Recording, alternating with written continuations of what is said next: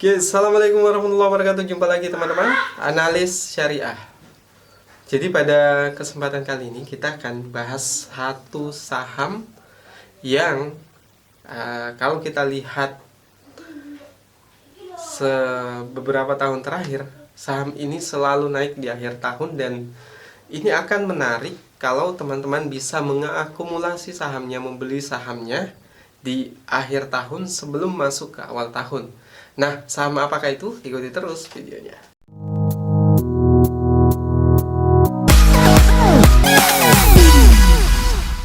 Oke, teman-teman analis syariah, di kesempatan kali ini saya tidak menyebut ini sebagai rekomendasi saham, tapi tambahan pertimbangan buat teman-teman, sehingga segala keputusan yang teman-teman ambil nantinya itu murni keputusan pribadi teman-teman, sehingga segala resiko yang timbul setelahnya itu ditanggung oleh investor sendiri. Jadi teman-teman rugi atau untung itu teman-teman tanggung sendiri. Dan ini adalah tambahan rekomendasi, artinya bukan keputusan mutlak yang harus teman-teman ambil karena dari ulasan video ini. Jadi disclaimer on tetap berlaku untuk setiap saham yang kita bahas.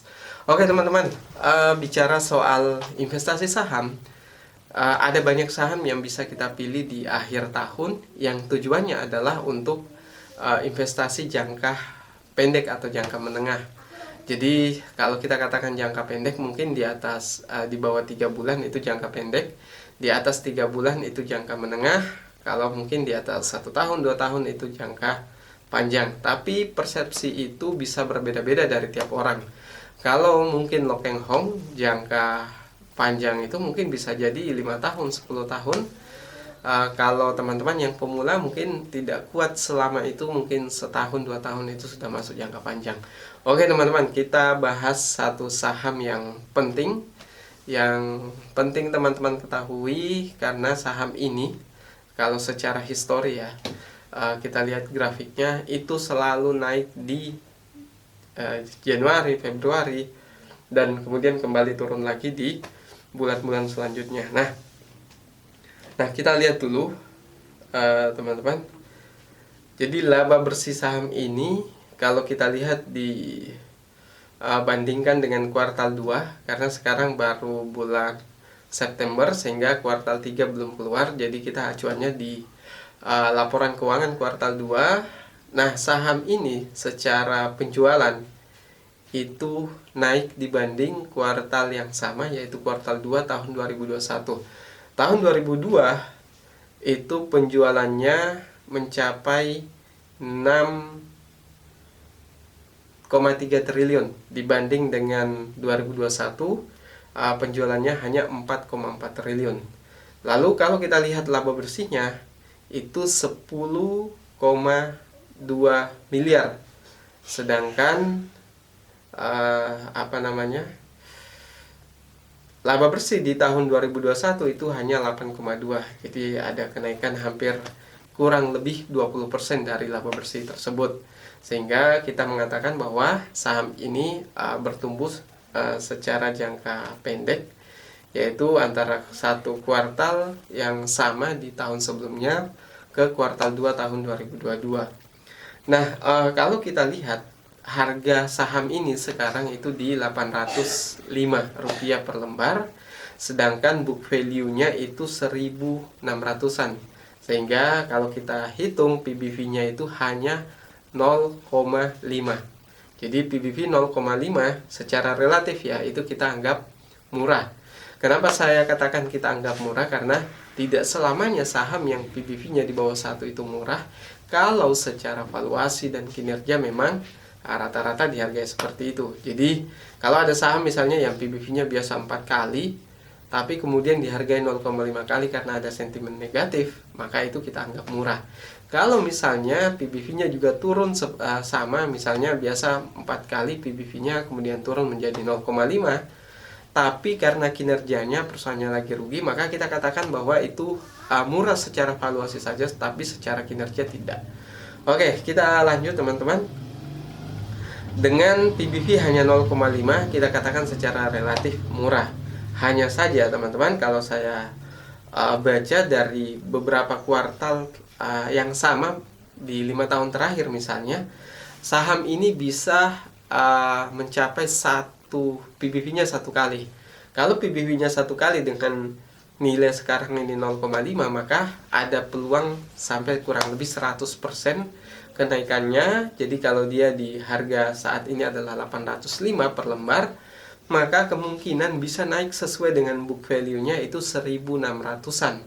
Jadi teman-teman, ini punya peluang, tapi dari sisi resiko memang mungkin masih ada, karena kalau saya lihat grafiknya teman-teman, kalau bisa masuk di harga 1700-an itu baru betul-betul aman untuk masuk di saham ini. Atau mungkin pada saat pandemi puncak-puncaknya di 500 di 1500-an, bukan 1500-an, di 500 rupiah ke atas itu jauh lebih aman lagi. Sehingga teman-teman mungkin saya sampaikan wait and see bisa dilakukan di saham ini. Tapi kalaupun misalnya tetap mau masuk di saham ini dengan harga di 800, tetap harus hati-hati, siapkan dana cash dan beli secara bertahap. Ini selalu saya sampaikan buat teman-teman yang masih pemula. Kalau kita mau investasi saham, maka pastikan beli secara bertahap. Jadi misalnya disiapkan dana 30 juta misalnya, beli 10 juta dulu, misalnya turun beli lagi 10 juta, turun lagi beli lagi 10 juta, sehingga kita bisa dapat harga tengahnya, istilahnya average down. Kemudian teman-teman pastikan juga dana cash. Misalnya kita sudah beli 100 juta, siapkan misalnya dana 20 juta untuk jaga-jaga. Jadi untuk menghindari kalau memang ada hal yang tidak bisa kita prediksi, sahamnya ternyata turun, kita bisa membeli lagi sahamnya dengan syarat bahwa kinerjanya tetap bertumbuh atau tidak dalam kondisi rugi yang bisa menyebabkan perusahaan tersebut tutup. Oke teman-teman, saya mau menyampaikan bahwa saham ini adalah saham PT Adikarya Tbk. Jadi PT Adikarya mungkin teman-teman tahu, ini adalah salah satu saham konstruksi yang juga masuk kategori plat merah. Definisi plat merah mungkin itu bisa jadi perdebatan, tapi anggaplah ini plat merah karena dia pemegang saham utamanya juga dari pemerintah. Dan kalau kita lihat, kita lanjutkan ya, price to earning ratio-nya. Jadi nilai valuasi dari price to earning ratio-nya, saham ini tergolong mahal kalau dari sisi PER, karena saat ini PER-nya lebih dari 200 kali. Sedangkan standarnya itu kalau Lock and Hong atau mungkin Teguh Hidayat misalnya itu 15 kali maksimalnya. Kalau di atas 15 kali tidak usah beli sahamnya karena itu mahal. Tapi teman-teman, ada satu pertimbangan bahwa saham-saham yang pernah menjadi saham blue chip, saham-saham besar, itu terkadang tidak cocok dinilai dengan PER-nya, tapi lebih cocok dengan valuasi PBV-nya. Itu sebagian pendapat menyatakan seperti itu, sehingga dengan PBV 0,5 itu bisa kita anggap murah. Dan memang murah karena secara valuasi, secara histori ini pernah dihargai dengan 0,9 kali di tahun 2019 di kuartal yang sama. Oke, kita lihat dari sisi laba bersihnya, rasio return on equity-nya ya. Jadi di laba bersih dibandingkan dengan ekuitasnya itu hanya 0,4 kali, tidak sampai 1% teman-teman. Sangat rendah, sehingga wajar kalau sahamnya tidak bisa naik lebih tinggi lagi harganya. Tapi di kuartal yang sama tahun 2019, data yang kita peroleh itu return on equity-nya bisa 6,8. Sehingga ini kita harapkan kalau laporan keuangan di kuartal 4 nanti itu naik signifikan, maka saham ini juga akan naik. Tapi teman-teman, kita sudah mempelajari karakter saham ini. Ini adalah saham konstruksi yang mana di awal bulan biasa akan naik. Jadi saya mungkin kalau kenaikannya bisa sampai 1.600 itu tidak terlalu berlebihan. Bisa saja naik sampai di harga itu kalau memang sentimen positifnya kuat. Jadi ada dua kemungkinan. Jadi teman-teman, karena awal tahun saham ini memang secara histori selalu naik di awal tahun, Januari, Februari. Dan Kalau ada sentimen yang lebih kuat lagi, maka target 1.600 ini mudah tercapai. Tapi kalau teman-teman melihat di bulan Januari, Februari, sahamnya mungkin baru sampai di 1.200-an dan sudah memulai turun, maka teman-teman bisa melepas saham ini dan gunakan dananya untuk membeli saham yang lain. Jadi teman-teman, mungkin itu yang bisa saya sampaikan. Segala risiko yang terjadi karena keputusan yang Anda ambil itu ditanggung sendiri oleh investor. Jadi disclaimer on tetap berlaku untuk channel ini. Mungkin itu yang bisa saya sampaikan. Kalau senang video ini, silahkan share ke berbagai sosial media, dan kalau ada pertanyaan jangan lupa komentar di bawah. Oke, mungkin itu yang bisa saya sampaikan. Sekian dari saya. Assalamualaikum warahmatullahi wabarakatuh.